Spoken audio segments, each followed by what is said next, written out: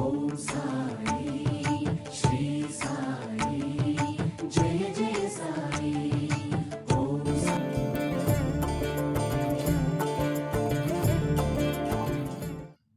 1908లో చాతుర్మాసానికి చంద్రబాయి కోపరగాంలో ఉన్నప్పుడు ఒకరోజు ఒక వింత పకీరు కనపడి, నాకు రొట్టెలు, చిన్న ఉల్లి పచ్చడి కావాలి అని కోరాడు.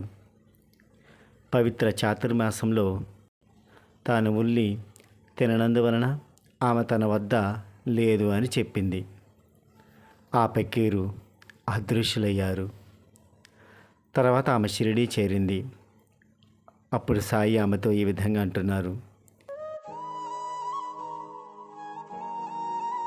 నాకు రొట్టెలు, ఉల్లి పచ్చడి పెట్టలేదు కదా, ఎందుకు వచ్చావు అన్నారు.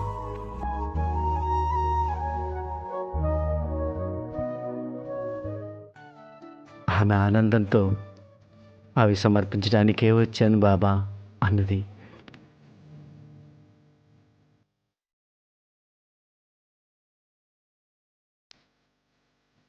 ఆమె గూర్చి ఒక సందర్భంలో బాబా, గత 7 జన్మల నుండి ఈమె నా సోదరి అన్నారు.